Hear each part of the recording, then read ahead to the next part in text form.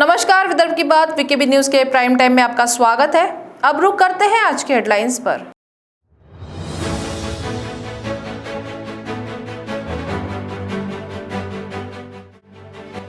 आषाढ़ी एकादशी पर भगवान विट्ठल से मंदिर में मुख्यमंत्री उद्धव ठाकरे ने की सहपत्नी संग पूजा। राज्य भर के विट्ठल मंदिरों में जय हरि विट्ठल की गूंज।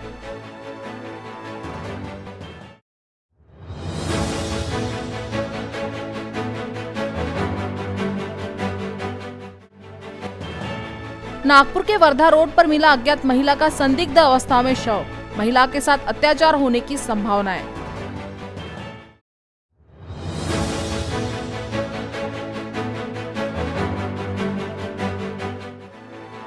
और शिल्पा शेट्टी के पति राज कुंद्रा को 23 जुलाई तक पुलिस रिमांड। पोर्नोग्राफी के आरोप में बुरे फंसे राज कुंद्रा।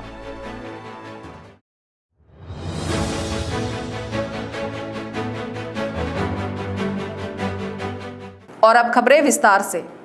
आषाढ़ी एकादशी के अवसर पर महाराष्ट्र के पंढरपुर के विट्ठल रुक्मिणी मंदिर को आकर्षक फूलों से सजाया गया था।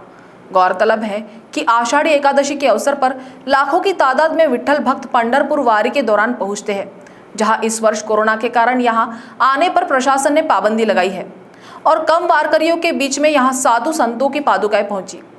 इस बीच मंदिर की सजावट देखकर ही मन प्रसन्न हो गया। वहीं दूसरी ओर राज्य के मुख्यमंत्री उद्धव ठाकरे ने पंढरपुर जाकर आषाढ़ी एकादशी पर विट्ठल मंदिर जाकर पूजा संपन्न की। इस दौरान मुख्यमंत्री ने भगवान विट्ठल से कोरोना का संकट दूर करने की मनोकामना भी की। तो देखते हैं आषाढ़ी एकादशी पर्व पर भगवान विट्ठल के सीधे दर्शन।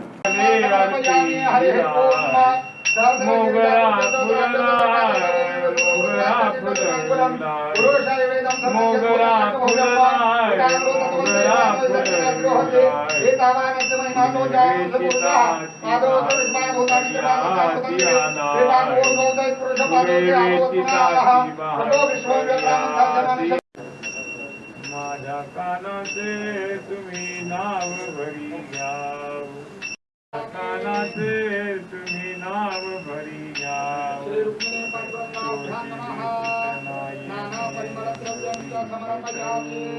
ज्ञानेश्वर देहराव अथवा राहू पांढरंगी हरी वासुदेव हरे चरण। ज्ञानेश्वर देहराव अथवा राहू पांढरंगी हरी वासुदेव हरे चरण। ज्ञानेश्वर देहराव अथवा राहू पांढरंगी हरी वासुदेव हरे चरण। सांसद नवनीत राणा कौर ने भगवान विट्ठल के चरणों में मनोकामनाएं की। भारत देश जल्द से जल्द कोरोना मुक्त हो और फिर से देश में खुशियों की बहार आए, ऐसी मन्नत नवनीत राणा ने मांगी है। नमस्कार सर्वांना, आषाढी एकादशीची मनापासून खूप खूप शुभेच्छा। विठोबाच्या चरणी साकडा घालते की जे संकट शेतकऱ्यांवर आमच्या महाराष्ट्रामध्ये आलाय ते पूर्णप्रमाणे संपलं पाहिजे आणि आपला देश हा करोना मुक्त झाला पाहिजे, याच्यासाठी विठोबाच्या चरणी साकडा घालून सर्वांना एकदा परत एकादशीची मनापासून खूप खूप शुभेच्छा। जय हरि विठ्ठल। नागपुर के वर्धा रोड पर एक अज्ञात महिला का शव संदिग्ध अवस्था में मिलने का मामला सामने आया है। महिला का शव संदिग्ध अवस्था में मिलने से मंगलवार को खलबली मच गई है।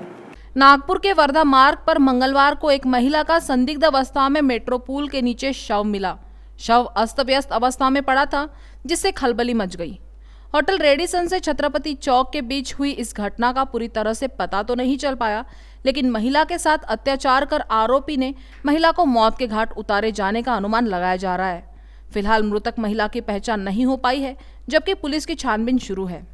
मायानगरी मुंबई पॉर्न फिल्म के मामलों में फिल्म अभिनेत्री शिल्पा शेट्टी के पति राज कुंद्रा को मुंबई क्राइम ब्रांच ने गिरफ्तार कर लिया, जहां मंगलवार को राज कुंद्रा की लीगल टीम ने पूरा जोर लगा लिया कि उन्हें पुलिस से छुड़ा लिया जाए, लेकिन उनकी नहीं चली। कुंद्रा को कोर्ट ने 23 जुलाई तक पुलिस हिरासत में भेज दिया है। अब पुलिस राज कुंद्रा से कई राज उगलवाना चाहेगी। फिल्मी दुनिया पर राज करने वाली फिल्म अभिनेत्री शिल्पा शेट्टी के पति राज कुंद्रा को सोमवार रात पॉर्न फिल्म बनाने के आरोप में मुंबई क्राइम ब्रांच ने गिरफ्तार कर लिया। राज कुंद्रा पर सॉफ्ट पॉर्न फिल्म बनाने के अलावा ऐप पर अपलोड करने का भी आरोप है। पुलिस का कहना है कि राज ने अपने एक रिश्तेदार के साथ यूके बेस्ड कंपनी बनाई थी और ये कंपनी ही पॉर्न फिल्मों के लिए एजेंट्स को कॉन्ट्रैक्ट देती है। फिल्मों को ईमेल के जरिए विदेश भेजा जाता था और इसके बाद इन फिल्मों को OTT प्लेटफॉर्म पर अपलोड किया जाता था। राज और उनके पार्टनर ने व्हाट्सएप ग्रुप बनाया था जिसमें वे हर दिन की कमाई की बातें करते थे। पुलिस के अनुसार राज और उनके रिश्तेदार ने एक कंपनी बनाई जो यूके बेस्ड थी। ये कंपनी पॉर्न फिल्मों के लिए एजेंट्स को कॉन्ट्रैक्ट देती थी। फिल्मों को ईमेल के जरिए पहुंचाया जाता था और फिर OTT प्लेटफॉर्म पर अपलोड किया जाता था। खुलासा ये हुआ है कि राज ने एक व्हाट्सएप ग्रुप बनाया था। इस ग्रुप के जरिए हर दिन कितनी कमाई हुई, पोर्नोग्राफी में काम करने वालों को कितना पैसा देना है, धंधे में कमाई हो रही है या घाटा, इस तरह की बातें लगातार होती थी। राज कुंद्रा के बिजनेस का जाल मुंबई से लंदन तक फैला हुआ है। इन सब घटनाओं से शिल्पा शेट्टी बेहद आहत बताई जा रही है, जबकि मंगलवार को राज कुंद्रा को कोर्ट में पेश किया गया, जिसे 23 जुलाई तक पुलिस कस्टडी दिए जाने की जानकारी सामने आई है। पृथक विदर्भ राज्य की मांग के लिए आगामी 9 अगस्त से नागपुर से अनिश्चितकालीन ठिय्या आंदोलन किया जाएगा, जिसकी जानकारी मंगलवार को विदर्भ राज्य समिति के बैनर तले आयोजित पत्रकार परिषद में दी गई। अमरावती में विदर्भवादी नेता वामराव चट्टम ने जानकारी देते हुए बताया कि विदर्भ पर हुए अन्याय के लिए आंदोलन किया जाएगा। स्वतंत्र विदर्भ राज्याची मागणी ब्रिटिश काळापासून 1905 पासून म्हणजे 116 वर्षापासूनची आहे।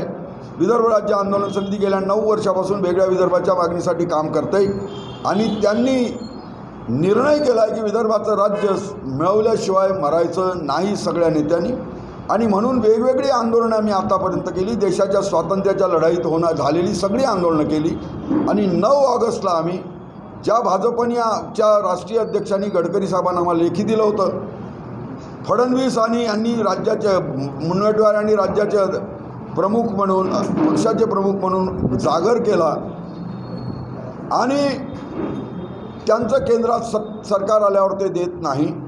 त्यांचा 97चा भुवनेश्वरचा ठराव आहे, काँग्रेसचा 20 आणि 27चा ठराव आहे आणि ते देत नाही। म्हणून आम्ही केंद्राच्या सरकारला सांगतोय की विदर्भाचं स्वतंत्र राज्य कबूल केलं तशाप्रमाणे प्रभू रामचंद्राच्या म्हणण्याप्रमाणे तुम्ही रघुकुलरीत सदा चली आई प्राण न जाई परवचन न जाई याप्रमाणे तुम्ही विदर्भाचं राज्य द्या, अन्यथा भाजपवाल्यांनो विदर्भातून चालते व्हा, क्विट विदर्भ अशा तऱ्हेची मागणी आम्ही करतो आणि म्हणून 9 ऑगस्टपासून आम्ही चले जाओ हे आंदोलन करतोय नागपूरला विदर्भ चंडिकेसमोर आणि 15 ऑगस्टला स्वातंत्र्याच्या दिवशी आमच्या विदर्भ राज्याच्या स्वातंत्र्याची पहाट उगवेल हे या निमित्ताने आम्हाला कृतीतून दिसेल असं दिसतंय आणि म्हणून ही आंदोलनाची मालिका आम्ही जाहीर केलेली आहे। वक्त हो चला है एक ब्रेक का, मिलते एक छोटे से ब्रेक के बाद। कहते हैं जब प्रोफेशनल लाइफ रंग लाती है तो पर्सनल लाइफ थोड़ी फीकी पड़ जाती है। गलत, बस बैलेंस जरूरी है। जैसे एक्स्ट्रा लाल और एक्स्ट्रा तेज एक ही चिली पाउडर में हो सकते हैं। नेचुरल रेड और तीखेपन का परफेक्ट बैलेंस है सुरुचि तेजा लाल चिली पाउडर। खाने में हो रुचि तो घर लाइए सुरुचि। अपने सपनों की उड़ान भरने की इच्छा तो हर किसी की होती है, पर पंख भी तो मजबूत होने चाहिए जो देता है Flywheel Aviation Academy. Flywheel Aviation Academy एक ऐसा इंस्टीट्यूट है जहां पर एयरलाइंस एंड एयरपोर्ट हॉस्पिटैलिटी और टूरिज्म मैनेजमेंट, साथ ही यहां campus interview, guidance by industry expert, practical training at airport, expert faculty, personal grooming जैसे कई सारे बेनिफिट्स आप पा सकते हैं। Flywheel Aviation Academy, 1 degree 3 job opportunities. Flywheel Aviation Academy gives you a degree और diploma with a job. Flywheel Aviation academy, 365 Gandhinagar, LAD college square, beside Karnataka bank, Nagpur. Break के बाद आपका स्वागत है। बुल्ढाना जिले में मंगलवार को 3 दुपहिया चोर को पुलिस ने गिरफ्तार किया है, जिनके पास से कुल 9 चोरी की मोटरसाइकिल बरामद की गई है। आरोपी पहले दुपहिया वाहन चुराते थे, उसके बाद उसे छुपाकर कुछ दिनों बाद उसे बेच देते थे। पुलिस विभाग को जानकारी मिलते ही चोरी के माल सहित तीनों आरोपियों को गिरफ्तार किया गया है। बुल्ढाना जिले में पिछले कुछ दिनों में दुपहिया चोरी की घटनाओं के मामलों में वृद्धि हो रही थी, जिस पर पुलिस की नजर पहले से ही थी। इस बात के मद्देनजर चिखली परिसर के खंडाला मकरध्वज परिसर से दुपहिया चोर बालू उर्फ कड़ूबा सांगले व मलकापुर के बिस्मिल्ला खान, इनके पास से चोरी की 7 दुपहिया वाहन जब्त की गई। कड़ाई से पूछताछ करने पर धरन गांव के आरोपी कुणाल राजेंद्र झनके, इनके पास से 2 चोरी के वाहन बरामद किए गए। बुल्ढाना पुलिस ने कुल 9 चोरी के वाहन बरामद किए। जबकि आरोपी के अन्य चोरी की घटनाएं सामने आने की जानकारी पुलिस द्वारा बताई गई है। नागपुर की रहवासी एक पढ़ी लिखी लड़की के साथ पूना में एक धोखा होता है, जिसके बाद उसकी लाइफ पूरी तरह उलझ जाती है, लेकिन वो लड़की हिम्मत नहीं हारती और अपना संघर्ष जारी रखती है। आज सामाजिक तिरस्कार के बावजूद करीब 2 साल तक संघर्ष करने के बाद आखिरकार उसके धोखेबाज आशिक को जम्मू से पकड़कर लाया जाता है, जिसे 2 महीने तक सजा भी मिल जाती है। यह कहानी उन तमाम लड़कियों के लिए प्रेरणा साबित होती है जो प्यार में धोखा खाने के बाद अपनी जान देने की कोशिश या अपने जीवन को तबाह कर देती है। इस लड़की की संघर्ष गाथा को जानने की कोशिश की वीकेबी न्यूज ने। देश में महिला अत्याचार या फिर किसी लड़की के साथ किया गया बुरा व्यवहार, ऐसे केस दिन ब दिन आते रहते हैं, लेकिन ऐसे बहुत कम मामले होते हैं कि वो महिला या फिर वो लड़की जिसके साथ अत्याचार हुआ हो वो कोर्ट तक जाए और अकेली संघर्ष करते रहें, और संघर्ष करते करते उसका संघर्ष वहाँ तक पहुँच जाए कि जब कोई समाज का व्यक्ति उसको टोक रहा हो या फिर उसको पीछे खींच रहा हो तो वो अकेली रहकर उस संघर्ष को आगे लेके जाए और संघर्ष को कोर्ट तक लेके जाए, और कोर्ट भी फिर बाकी पुलिस और बाकी की चीज़ों पर दबाव डालकर या फिर उस लड़की के साथ में खड़ा होकर उसको न्याय दिला सके। ऐसा एक मामला नागपुर में सामने आया है। हालांकि ये मामला नागपुर का नहीं है, लेकिन हम बात करेंगे ये मामले की, तो इस मामले की जो तय जो है साल से 1.5 साल पहले या फिर 2 साल पहले की बात है कि ये मामला पूना का है, लेकिन लड़की जो है वो नागपुर की है, जिसने संघर्ष किया और संघर्ष करते करते आज वो यहाँ तक पहुँची है कि उस लड़के को हवालात की हवा खिला दी, वो जेल पहुँच गया, 2 महीने की सज़ा हुई। बावजूद इसके अभी वो कंडीशनल बेल पर बाहर है। फिर से गुहार लगाई है उस लड़की ने कि उसको सज़ा मिले और वो अपने जैसी लड़कियों को जिनके साथ अत्याचार हो उसको कुछ कहना चाहती है। आपका हम नाम तो नहीं पूछेंगे, लेकिन जो संघर्ष आपने किया आपके साथ शॉर्ट में बताइए कि क्या हुआ था, कहाँ पर उस लड़के से मुलाकात हुई थी, कौन था वो, और कितना आपको इसके पीछे जिल्लत झेलनी पड़ी। सर वो लड़का जम्मू का है और हम लोग पूना में मिले थे, लेकिन वो सब कुछ सर मेरे साथ एकदम से ज़बरदस्ती किया गया है, शादी का झूठा वादा देके। इवन तो यही नहीं, जब अभी वो अरेस्ट हुआ था तो अरेस्ट होने के बाद उसके पेरेंट्स का कॉल आया कि हम लोग शादी करने के लिए तैयार है। हम लोग मतलब सब कुछ किया सर, मेरे पेरेंट्स से भी, मेरे पापा से भी बात की उसके पापा ने, बट सर उसके बाद जब रिटर्न कॉल किया गया मेरी तरफ से, मेरी फैमिली की तरफ से, तब मुझे कोई रिस्पांस नहीं मिला, ना ही उन्होंने कोई रिस्पांस दिया है। और सीधा उन्होंने सर बोल दिया कि नहीं करना चाहते हैं। मतलब इस तरह का उन्होंने बहुत ज़्यादा मतलब बिहेवियर किया हुआ है। और यही नहीं सर, मतलब इस तरह से शादी का झूठा वादा देके उसने सर बार बार मतलब मेरे साथ वो अत्याचार किया हुआ है। तो मतलब मुझे काफ़ी ज़्यादा हरासमेंट हुई है। मैंने ट्राई भी किया था मतलब इस अपने आप को इस सिचुएशन से बाहर निकालने के लिए। बहुत लोगों ने मुझे पीछे खींचा था इस केस से, बट सर मैंने हार नहीं मानी। मतलब बाकी लड़कियां जैसे निर्भया जैसे कांड होते, हैदराबाद जैसे कांड होते, तो मैंने उस चीज़ में हार नहीं मानी और इस केस को आगे लेके गई। कोविड की वजह से थोड़ा बहुत लेट हो गया इस केस में, पर सर मैंने बिल्कुल भी मतलब हार नहीं मानी। और आज वो लड़का बेल पे छूटा हुआ है, बट मैं ये चाहती हूँ कि उसको अच्छे से अच्छी सज़ा जज दे। और मैं मतलब पुलिस को और जजेस को और पॉलिटिकल्स को मैं धन्यवाद कहना चाहती हूँ कि उन्होंने मेरी इतनी हेल्प की, इतनी मतलब मुझे पेरेंट्स का तो कोई सपोर्ट नहीं था ज़्यादातर, लेकिन सर उनके हेल्प की वजह से ही आज मैं I think I got a little bit of justice.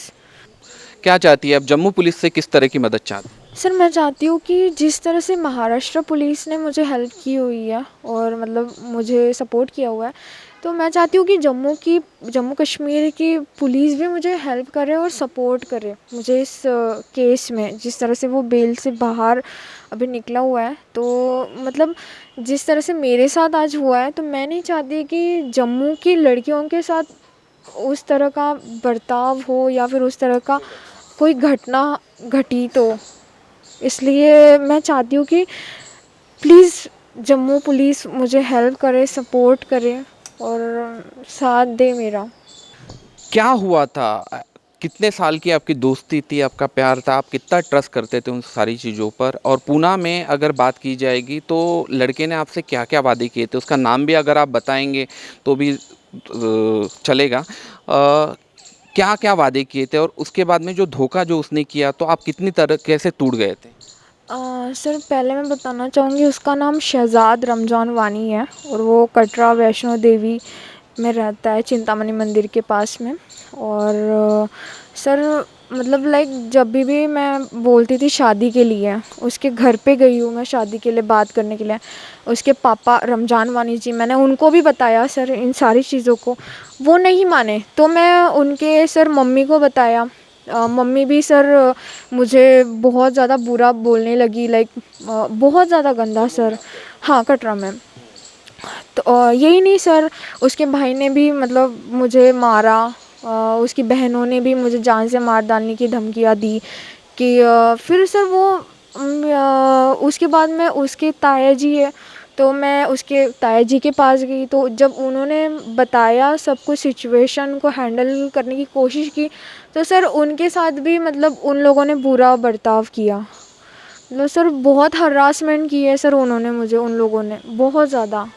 और सर उसके बाद में जब मैंने कंप्लेन की तो कोविड के वजह से मतलब काफ़ी ज़्यादा लेट हो चुका था। तो इसके वजह से सर मतलब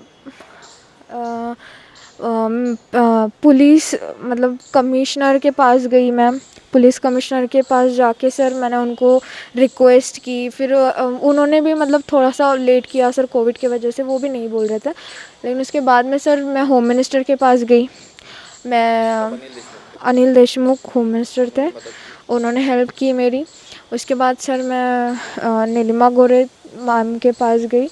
तो जब उन्होंने मेरी केस को फाइल किया और एक्शन लिया, तब जाके उसको सज़ा दी गई है। कितने महीने की सज़ा हुई? सर उसको 1.5-2 महीने की सज़ा हुई है। हाँ। जब आप जा रहे थे इस संघर्ष करने के लिए तो सबसे पहली बात अगर बात की जाएगी तो मीडिया का भी दबाव पड़ा हो। किन किन मीडिया प्रसार माध्यमों ने आपका साथ दिया, क्या कहेंगे? सर मुझे काफ़ी सारे मतलब मीडिया ने साथ दिया हुआ है, जैसे आपके चैनल ने, विदर्भ न्यूज़ ने और न्यूज़ 18 लोकमत, मतलब काफ़ी सारे न्यूज़ चैनल ने मुझे सपोर्ट किया। तब जाके सर मैं इस मुकदमे तक पहुंची हुई हूँ और ख़ुद को मतलब कहती हूँ कि नहीं, मतलब मैंने थोड़ा बहुत तो मुझे जस्टिस मिला हुआ है। और मैं अभी जजेस पे पूरा भरोसा करती हूँ कि मुझे वो जस्टिस वो पूरा करे अब मेरा। एक अंतिम सवाल कि जो लड़कियां ऐसे कंडीशन में सुसाइड कर लेती है या फिर पूरी तरह से टूट जाती है या फिर अपना होश खो बैठती है, उन लोगों के लिए क्या कहना चाहेंगे आप, जिस तरह से आपने संघर्ष किया? सर जैसे लड़कियां करती है तो मतलब ये तो दिमाग में ख्याल मेरा भी आया था कि मैं भी कहीं पे सुसाइड करूं, या फिर उसने मेरे साथ ऐसा किया है तो मैं क्या करूं, मुझे क्या करना चाहिए। यही नहीं सर, मैं दिन रात रोती रहती थी। लेकिन सर मैंने हार नहीं मानी। मतलब मैं वो निर्भया नहीं बनना चाहती थी कि मैं कोई मुझे आके इसे ऐसे टॉर्चरमेंट करे या फिर जान से मार डाले। तो बस मैंने सर कदम उठाया और चल पड़ी सर रास्ते पे। तो देख सकते हैं आपकी ये कितनी दर्द भरी जो कहानी है और संघर्ष भरी कहानी है, एक लड़की की है जो कि शिक्षित है, जो पूना में जाती है, जॉब करती है, उसको एक लड़के से प्यार हो जाता है। बखूबी ये प्यार परवान चढ़ जाता है। विश्वास होता है कि वो लड़का ज़िंदगी भर उसका साथ नहीं छोड़ेगा, लेकिन वो लड़का इतना नालायक निकलता है और इतना बेपरवाह निकलता है कि उस लड़की को छोड़ देता है। फिर शुरू होता है इस लड़की के संघर्ष की कहानी, जहाँ ना तो परिजन उसके साथ है, ना ही उसके दोस्त लोग साथ थे, ना कोई। बावजूद इसके उसने एक संघर्ष किया पिछले 2 साल से। ये लड़की कतई अपनी जो दुख भरी जो दास्तां है उसको भूलकर ये संघर्ष कर रही है और आज इसका केस जो है कोर्ट में चल रहा है। दुख इस बात का है इस लड़की को, इस पीड़िता को, कि आज जो इसके साथ जो अपराध कर चुका है या फिर इसके साथ जो छल हो चुका है, वो जो अपराधी है वो आज कंडीशनल बेल पर बाहर है। बावजूद इसके फिर से वो संघर्ष करने के लिए तैयार है और अपने जैसे उन तमाम लड़कियों को भी वो यही मैसेज देती है कि वो हिम्मत ना हारे, ऐसी अगर सिचुएशन हो कि संघर्ष करे, ताकि उन लड़कों को भी सबक सिखा सके जो कि इस तरह के अत्याचार में पूरी तरह से 100% अपराधी होते हैं। कैमरा पर्सन राजेश जंगीटवार के साथ मुकेश राव, वीकेबी न्यूज़, नागपुर। अफगानिस्तान में न्यूज कवर करते समय भारतीय फोटोग्राफर दानिश सिद्दीकी की हत्या कर दी गई थी, जिन्हें सोमवार को नागपुर में श्रद्धांजलि दी गई। इस दौरान नागपुर प्रेस जगत के फोटोग्राफर ने दानिश सिद्दीकी के साथ अपनी यादों को वीकेबी न्यूज के साथ साझा करते हुए अपने श्रद्धा सुमन अर्पित किए। अफगानिस्तान के कंधार में भारतीय फोटो जर्नलिस्ट दानिश सिद्दीकी की कवरेज के दौरान हत्या हो गई। अफगानिस्तान में लगातार हालात बिगड़ रहे हैं और जगह जगह हिंसा हो रही है। इस बात के चलते भारतीय फोटो जर्नलिस्ट दानिश सिद्दीकी की कवरेज के दौरान हत्या कर दी गई, जिससे भारत में काफी रोष व्यक्त किया जा रहा है। इस कड़ी में सोमवार को नागपुर में दानिश सिद्दीकी को याद कर उन्हें श्रद्धांजलि अर्पित की गई, जहां नागपुर मीडिया जगत के जानी मानी हस्तियों समेत राजनीति से जुड़े हुए लोग भी उपस्थित थे। फोटो जर्नलिस्ट दानिश सिद्दीकी का नागपुर से भी नाता जुड़ा है। जब वे अंतर्राष्ट्रीय क्रिकेट मुकाबले खेलने शहर आया करते थे, उनकी उन्हीं यादों को कुछ फोटोग्राफर के जरिए तरोताजा कर उन्हें श्रद्धांजलि दी गई। नागपूरला आलेला आहे आणि माझी चांगली मैत्री होती आणि मी क्रिकेट कव्हर करायला बाहेर पण जात होतो, त्यामुळे माझी सारखी बाहेर पण भेट व्हायची त्यांची। फार मनमिळावू आणि चांगला मुलगा होता तो, फारच म्हणजे कोऑपरेटिव्ह होता, हेल्प करणारा, गाईड करणारा या प्रकारचा होता आणि कधी पण मार्गदर्शन करायला तत्पर असायचा। त्याच्यामुळे त्याच्याबरोबर राहण्याकरता असं फ्री वाटायचं, काही असं कधी वाटलं नाही की हा मोठा फोटोग्राफर आहे किंवा कधी जाणव दिलं नाही त्याचं। आणि त्याच्या कामात फार तत्पर होता तो। He is a very committed photographer, dedicated photographer आणि त्याला 2018 मध्ये पुलिसर अवॉर्डनी पण सन्मानित केलं गेलेलं आहे। नागपुर के 5 पौली पुलिस स्टेशन के अंतर्गत अवैध तरीके से शराब बेचने वाले आरोपी पर छापामार कार्रवाई करते हुए पुलिस विभाग ने शराब का माल जब्त किया है। इन दिनों शहर में कोरोना से नियमों की पाबंदियां लागू है। ऐसे में शहर में कुछ लोग अवैध शराब बेचने का कार्य जोरों पर कर रहे हैं। इन्हीं बातों को देखते हुए 5 पौली पुलिस ने सुजाता नगर में रहने वाले प्रणय उर्फ गोलू सुधाकर दामले के घर से हजारों रुपए की शराब बरामद की है। बताया जा रहा है कि गोलू अपने घर से इसे बेचा करता था, जो गैर कानूनी है। इस बात की भनक लगते ही 5 पौली पुलिस ने उसके घर पर छापामार कार्रवाई कर शराब का माल जब्त कर उसके खिलाफ मामला दर्ज किया है। आज दिनांक रोजी आमचे डीबीचे पोलीस हवालदार श्री रवी मिश्रा हे रेकॉर्डवारी गुन्हेगार चेक करत असताना पेट्रोलिंग करीत होते। त्यांना गुप्त बातमीदाराकडून माहिती मिळाली की आरोपी प्रणय उर्फ गोलू सुधाकर पाटील यांच्याकडे दारूचा साठा आहे। त्यावरून ते डीबी पार्टी ही त्यांच्या राहत्या घरी जाऊन रेड कारवाई केली। त्यामध्ये एकूण Copenhagen Denmark Tuborg premium beer याचे एकूण 8 खरड्याचे खोके मिळून आले। त्यामध्ये एकूण 96 बियर बॉटल्स होते। त्याची किंमत एकूण 17,280 रुपये असे मिळून आले। त्यावर रेड कारवाई करून त्याच्यावर कारवाई करून गुन्हा दाखल करण्यात आला। नागपुर में मंगलवार 20 जुलाई को 25 मरीज कोरोना मुक्त हुए हैं, जहां आज एक भी मौत नहीं हुई है, जो नागपुर वासियों के लिए राहत की बात है। वहीं आज 6,595 लोगों की कोरोना जांच की गई, जहां 8 लोग पॉजिटिव पाए गए हैं। तो प्राइम टाइम न्यूज में आज इतना ही। आपसे कल फिर मुलाकात होगी, तब तक बने रहिए वीकेबी न्यूज के साथ। नमस्कार।